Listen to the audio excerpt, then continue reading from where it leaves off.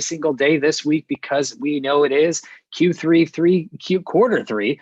It is the sprint to the end of the year. It is the time when, as entrepreneurs, we are looking at fundraising and launching new products. As investors, we're looking for the best companies and some of the greatest deals and some of the greatest opportunities to start investing in now as we look ahead towards the year and in some cases the decade ahead of us. And here on VCTV, we bring around the best and the brightest from all different industries and all different regions around the world to share with you their thoughts and their insights on what's happening in these areas so that you can be up to date.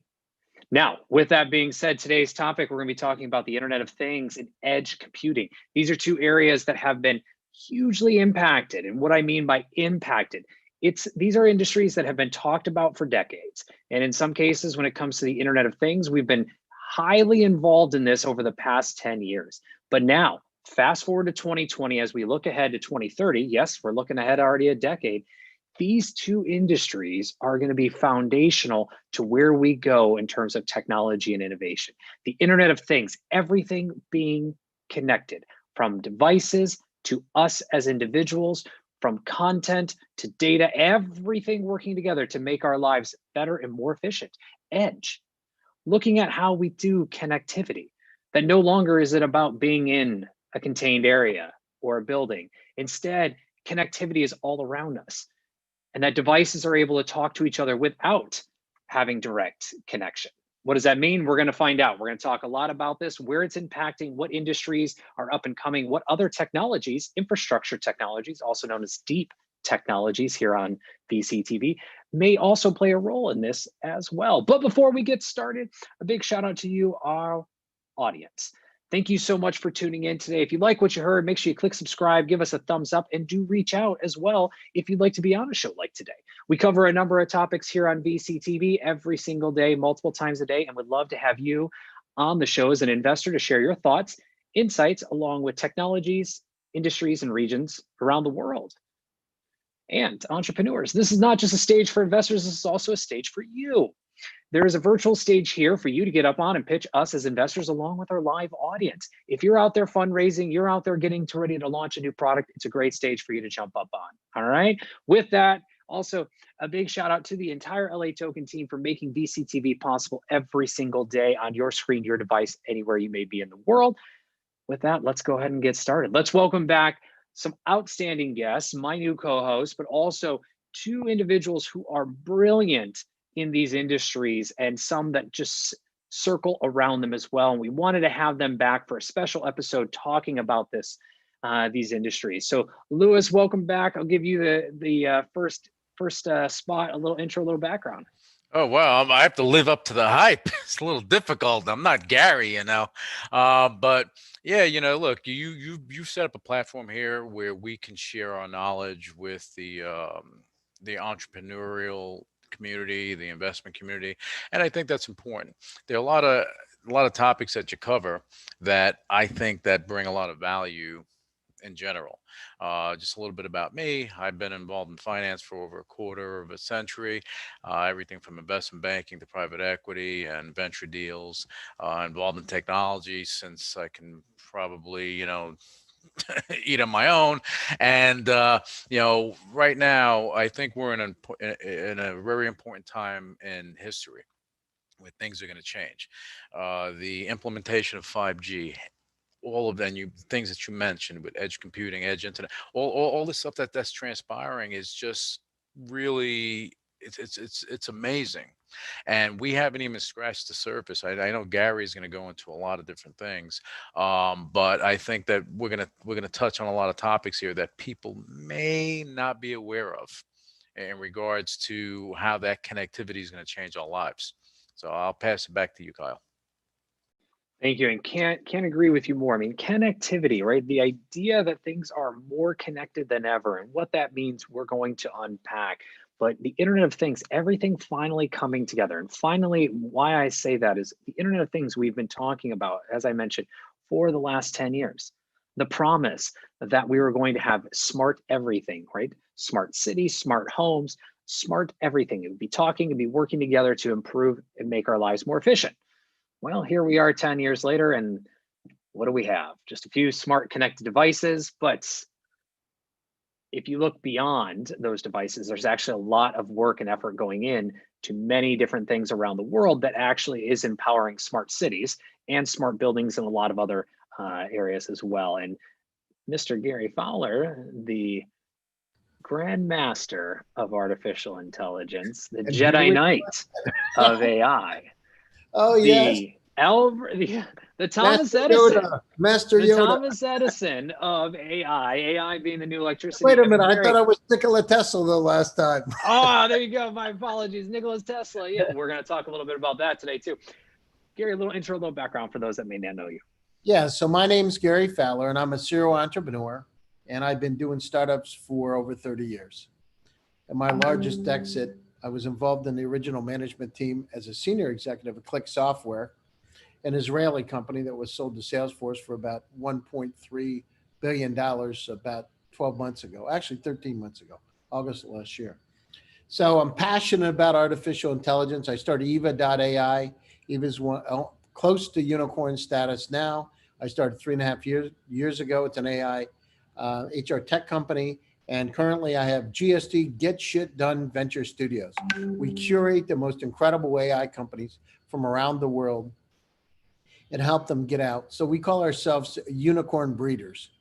And that's where we are. And I just love artificial intelligence. I've written 76 articles over the last year in AI, and it is the new electricity.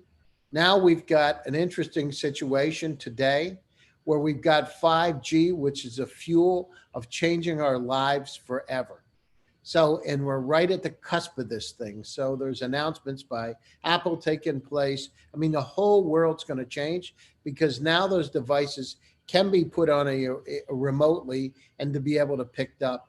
So, but Kyle, imagine the incredible amount of data that this is going to generate. And I was just reading the statistics that it said by 2025, there'll be 79 zettabytes of data that's going to be generated just from the Internet of Things, because everything's going to be connected. And you're right.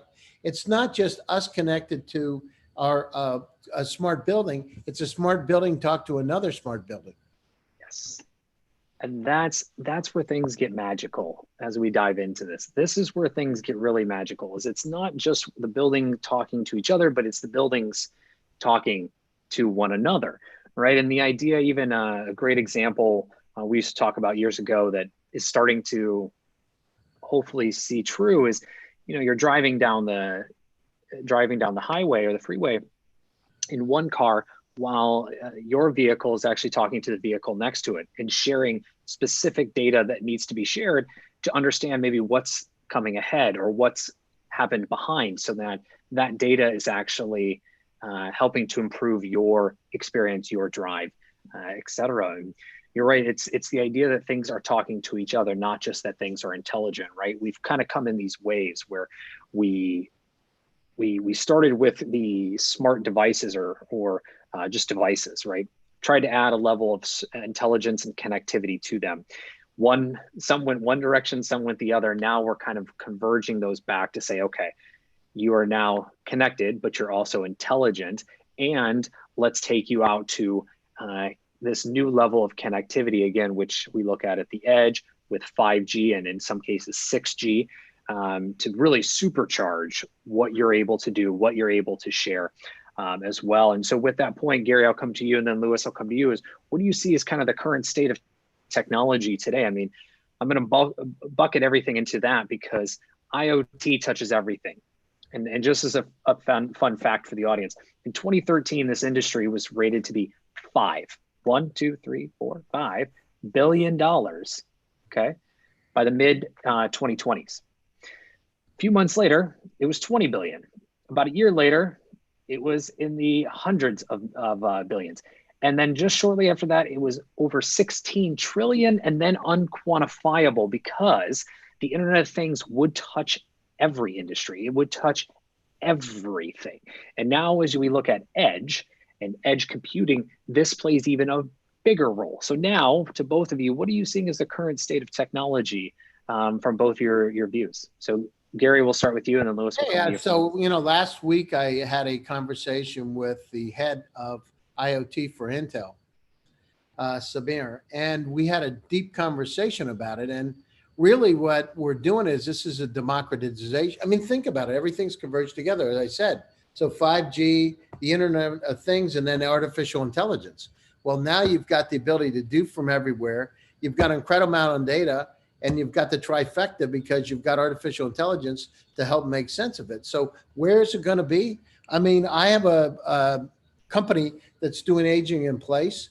We have sensors now remote. Now with 5G coming on board, now we've got the ability to have those sensors in somebody's house so they can age in place in their home and collect the data without having about worry about Wi-Fi going down and all the issues surrounding that. So we don't have to set up a Wi-Fi router. It's already done. Imagine the flexibility it gives to the system. And you're right, Kyle, the systems, the computers, the cars talking to each other, right? And starting to make decisions. Now with AI, smart decisions. So we're creating, I mean, think about it. So we've got, the web 1.0, the web 2.0, but now we've got something that's really connecting everything together all at one time. I mean, we've really changed opportunities. It's, you and I talked about digital transformation a number of times, but this is like digital transformation on steroids because it's not only are we able to communicate via Zoom, but we're able to do something about it. And those manufacturers are able to have these smart systems on their floor with the ultimate flexibility. And today, now with 5G and AI to make sense of the data, it's incredible. The question is, what do we do with the data then, right? What do we do with the data, and how do we leverage the data, and leverage in a good way, to make things more efficient, right? To improve. There's a number of use cases in IoT around smart buildings and looking at the energy efficiency of a building, right? What device is turned on, when it's turned on, how can you turn devices off when people aren't in the building, for instance, to conserve energy. Energy use is a great example of how data can be used for the better and recycled and saved costs. But now, to that example, when you get the cars on the highway, for instance, when you get our homes involved, when you get us involved, you're absolutely right. Is how do we bring that data together, and what is the output, right? What is the return of that, and how do we as individuals benefit from that? That's going to be a huge question, and some are solving it, some is still TBD. And I think to your point that we were talking a little bit about zettabytes of data, right, and beyond. That's a lot of data. That is a ton of data to even think about processing. And so I think we're still in the early days, if you will, of how to leverage that data because it's so vast. But doesn't mean that people aren't working on it already. And I think we do have a few people out there who are starting to make leap and bounds as well. And Lewis, what are you seeing on your side? Well, the Internet of Things, all right. We're talking about everything and smart cities. We've spoken about it a number of times. People think you're smart cities, you have smart buildings, and you get to control the lights, and you get to go do this and do that. But it's a lot more than that. People don't. They should look at what is involved in a building. Like if you have solar in a building, that what they've done. You can have solar panels on a building, on a house, and they have little nodes on there where you can have that connectivity that'll go from building to building, house to house. Information data travels, and this is how they're going to help with weather systems. Kind of getting that, having that connectivity in order to predict things and do all that other stuff. But for municipalities, gathering data, so if you're driving your car and you have some connectivity there, and you're going through a smart neighborhood, you're pinging, information is pinging. So the municipalities are grabbing all that data. Now, again, you said, and Gary said, the biggest question is, what do you do with the zettabytes of data? What do you do with it? Okay. You have smart people that are out there trying to figure that out. Hopefully it's to make our lives a lot easier.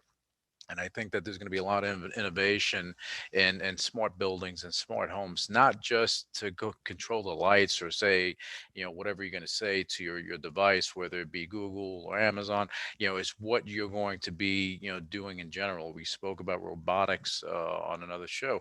That is part of it as well. And I think that once they start putting a handle on how one thing connects to another, and with 5G and everything else, and you're going to be able to be connected without having a router and all this other stuff, it's going to make things a lot more interesting and a lot more confusing for a lot of people. But you're going to have companies that are going to put a stranglehold on it, and they're going to figure it out. And maybe Gary's company is going to be one of those companies. He's a lucky guy. Things happen, right, Gary? Absolutely. Yeah. You never know. Could be each one of us here together. Yeah, that's true. That's true. And look, Kyle, you called Gary the grandmaster of AI, and I'll echo that. But you are the grandmaster of IoT. You're the man, the myth when it comes to that arena. So you have a lot of things a lot of input that you can bring to the table, and I appreciate that because it creates great conversation. The greater the conversation that we have on this show, the more people are going to benefit from it. So I appreciate Absolutely. you, Kyle. Hey, thank you. You as well. And I appreciate both of you guys. And this topic is just so fascinating because it does again touch everything. And for years we've talked about all of those pieces, and we're finally at a point, and both of you have used this type of term before, is we're finally at that convergence, finally at that moment, not the full, but we're at that moment where these technologies have come together, where the data is starting to be understood, technology is starting to become some kind of mass adoption, either at an infrastructure level or enterprise, or in some cases, us as consumers. And we're now seeing the fruits of that, right? We're seeing the fruits of that labor where now we can buy a device, put it in our home, and have a connected home. We as consumers know what a smart home can be on a base level, so we can understand what it would be on a maximum level as well. A vision I love to paint is the idea of this connected future that we're going to have, and we are building to it. And the time I used to talk about it was science fiction. Today, fast forward a couple of years, it's actually here, where you're going to wake up in the morning, and you're going to wake up at the optimal time, not because you think it's optimal, but because data is telling you it's optimal, right? Based on sensors either in your bed or on your body, and the data that you're generating is actually mined and worked through an algorithm and tells you, oh, this is the right time to wake up. You're going to wake up, and then from that moment, as soon as you're up, you're going to see a number of reactions happen that you no longer have to do, right? The blinds may open to a certain degree to slowly let in light, so you're not blinded right away, right? Your favorite song may play, or a certain tune may play to slowly wake you up, again, based on where you're at. Certain devices in the home may begin to start turning on, connected, right? You're getting ready in the morning, your coffee machine already starts to turn on and starts making coffee. So as soon as you walk out, again, all of this is data driven, coffee is ready. You pick it up. And what you don't know is that while all that's happening, your car has been out and about, driving around all night, picking people up or delivering packages or whatever it may be, making you money, helping to pay for itself, helping to pay for your rent, your other things. And that as soon as you're ready to go, because based on your calendar and again, data, you walk outside the door and the car pulls up.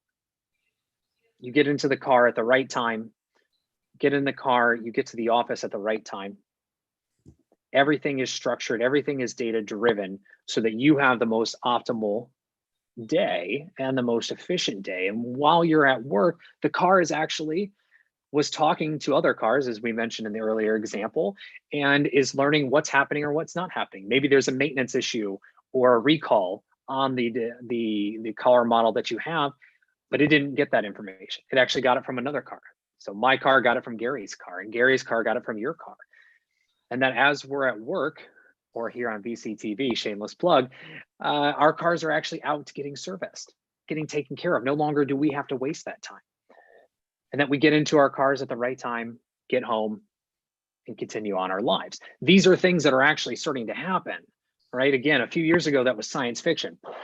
today, that stuff is happening. And thankfully, due to 5G edge computing, right? When you throw in this use case as a consumer, you then start to look at things we've talked about around supply chain and logistics, right? So look at agriculture.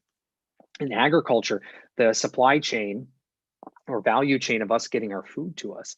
Now on the agriculture side, we can have sensors deployed throughout farms anywhere in the world. And those sensors can talk to each other and share information about what's happening at the level of the farm to make the most optimal fruit. It's wild. I mean, I could talk about these examples all day to your point. So back to you both. What else are you seeing in this space? And I guess really, where are you seeing the areas of opportunity? Because it is so vast. And Lewis, we'll start with you. I mean, where are you seeing areas of opportunity when it comes to edge and IoT? I think the areas of opportunity are abundant. Because 5G is changing the game. The things that we dreamt about 5 years ago are coming to light now.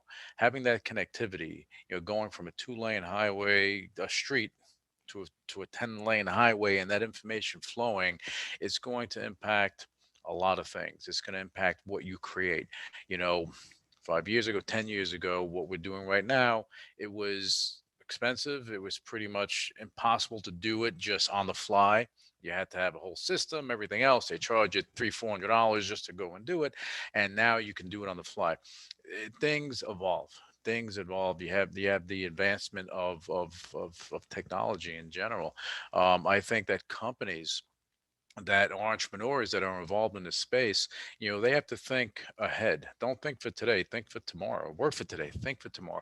Think about where we can be, how 5G is going to turn into 6G, how that connectivity is going to impact the world. It's not just about what happens in the United States or Europe or where you have, things flourishing. Talk about third world countries when all they have is their mobile phone. That connectivity becomes important. So now you have 5G, and if there's a way for them to take the phones that are cheap and kind of convert them into 5G, you're going to have connectivity on millions and millions and hundreds of millions of people that are going to be connected, that are poor, but they're going to be connected. So now maybe that poverty level that they're in changes because now they can connect. E-commerce, so on and so forth. Things change. So there's going to be an abundance of opportunities in a lot of different areas. I think smart cities are going to be important because smart cities are not just for the affluent. It's for everything. The connectivity is gonna expand, and I give it 24 months. You're gonna see more of this going on in countries that don't have anything now, but in the middle of the jungle, you're going to be on your phone, you're going to be on your laptop because it's going to be possible. And Gary may disagree or he may agree, I don't know, but this is my view on things.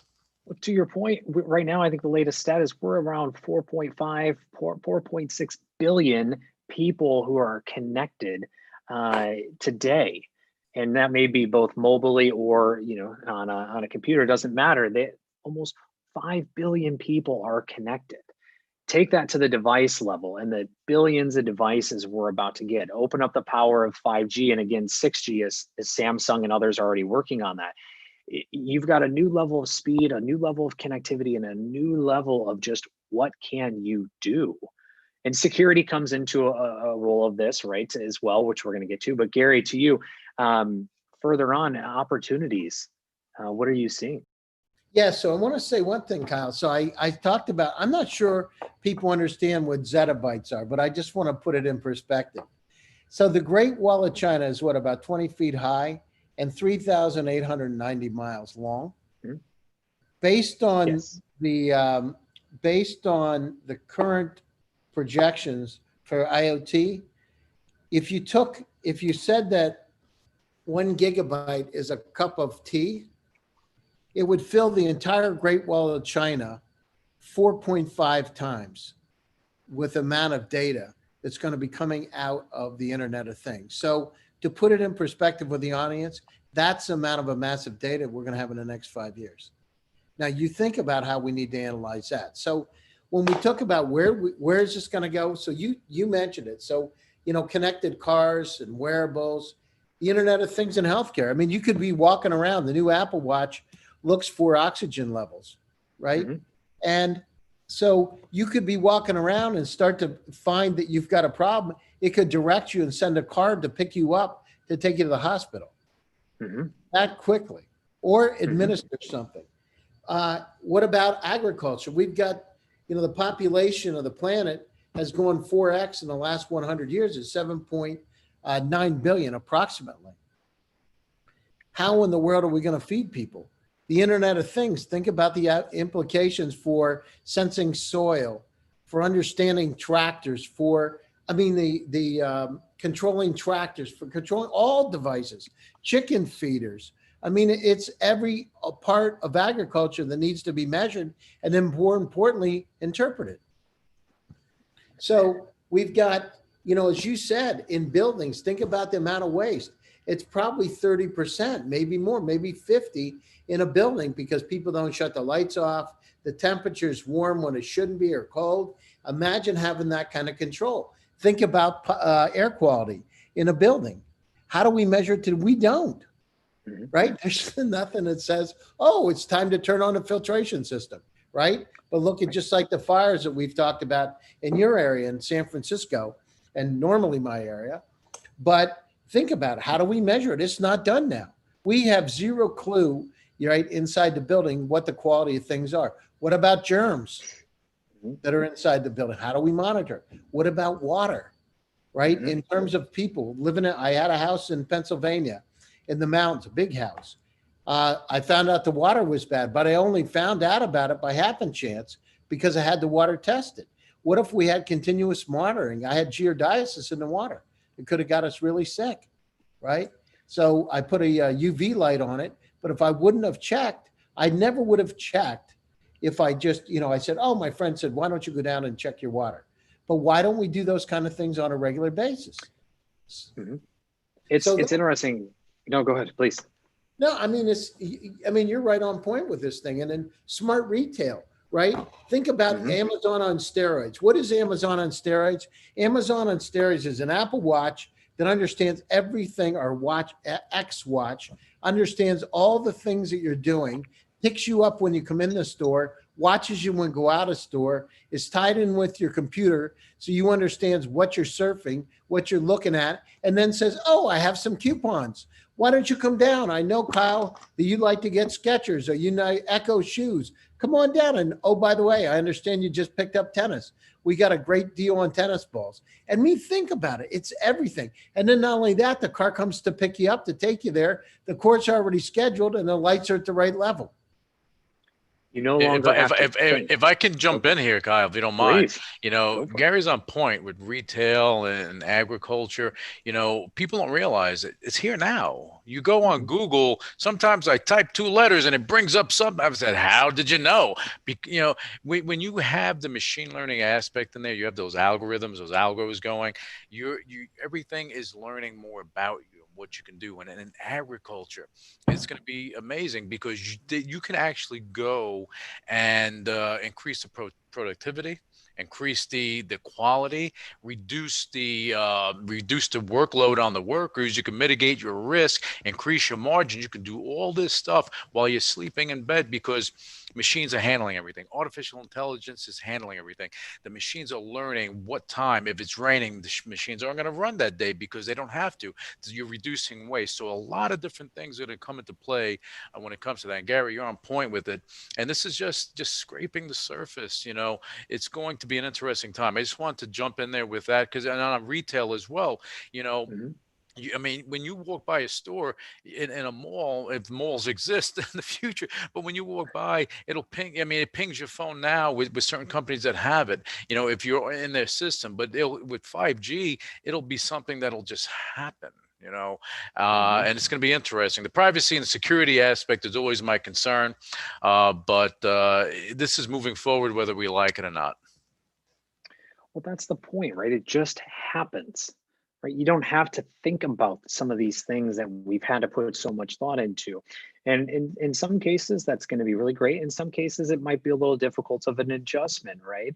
You think about the food that we eat and how that affects us. right? What it really has an effect on us. Being able to understand that will change our behaviors as consumers as well, and not just from a food perspective, but maybe also other items. And then also software that we use, or how much time we spend on a computer. There's so many things that will be affected based on this new level of connectivity and data that is generated as well. And with that, gentlemen, I do want to get to a very exciting question as we come here to close a little early today, since it is Partner Monday. But for both of you, Louis, we'll start with you, and then Gary will finish with you. What is the one thing that IoT can bring for you? What is that vision of the future that gets you excited when it comes to the Internet of Things or the Internet of Connectivity? And then where can everyone find you online? Well, I have to say probably better quality of life. You know, if you can go and work anywhere and you have that connectivity, why would you want to be in a congested city? You can be in the middle of anywhere and have a better quality of life, spend time with your family. Things like that are important. Technology, the advancement of it is going to be there. I get excited with smart cities and what's going to happen, you know, and I think about, you know, how, and you mentioned this, how you can, when you're sleeping, how your bed is cooled down to a certain temperature because you sleep better that way. And the technology, the machine knows this. Okay, machines are inherently stupid until you teach them. So when machines learn, they start learning your habits. They start coming, they're creating their own algos and all this stuff starts happening, and we'll come to the point that you'll have machines that will think for themselves, and that's going to be interesting. So but anyway, I know the show is going to be short today. Where people can find me, they can go to fjpartners.com, megahoot.com, find out more about me, LinkedIn, stuff like that. I'm open to speaking to anyone when it comes to, especially entrepreneurs, when it comes to what they're doing in this space. And I did want to touch on something before I pass it over to Gary. As far as entrepreneurs go, you know, don't be afraid to take a chance, you know. And we were talking about this offline, uh Kyle, and I just want to make mention of it, and this has to do with leadership. Nikola, the company, the electric truck company, they had a hype machine going on for a while. They were going to be Tesla's competitor and so on and so forth. And the CEO of that company had everything moving in the right direction, and accusations came about, and within a short period of time, I'm talking about a week, the guy stepped down because of fraud allegations. And I think that's poor leadership. If something transpires and it's wrong, it's false, and you're saying it's false, why step down? Step up and fight. Show your team that you're fighting for the company, because if not, how are you gonna lead anyone? You go to war, something happens, you run away, no one's gonna follow you to war. They don't want to die. So why do that to your company? And it just brings up a point on leadership with entrepreneurs. Be strong leaders. Lead your team to the promised land. Don't be fearless, and just go push and make things happen and help change the world. And I'll pass it over to Gary now. Absolutely. Gary, to you. Well, so, you know, this is just changing our lives. And when I talked to Samir last week, think about in the city. Just think about traffic lights. They're not smart. I mean, it's not like we're really looking at traffic flow and making determinations of when a light should go off and on. It's like not efficient at all. How inefficient is that? So imagine having systems that can communicate with other traffic lights to figure out what the flow should really be.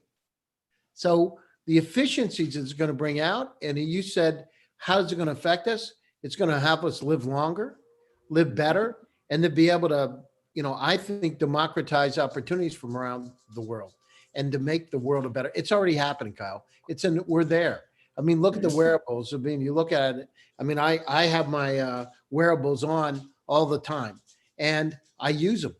So it's going to change our life. We can now understand what's wrong and the system will start making corrections for us. Oh, it's time to set up a doctor's appointment. You're late again. You're supposed to go next week. Now I made the appointment for Thursday. Hello, right? Because it's analyzing the incredible amount of data. So I am bullish about the future. It's upon us. For startups that are out there, Kyle, that I know listen to you all the time, this is the opportunity. This is the time. Again, it's a beginning of the 20th century.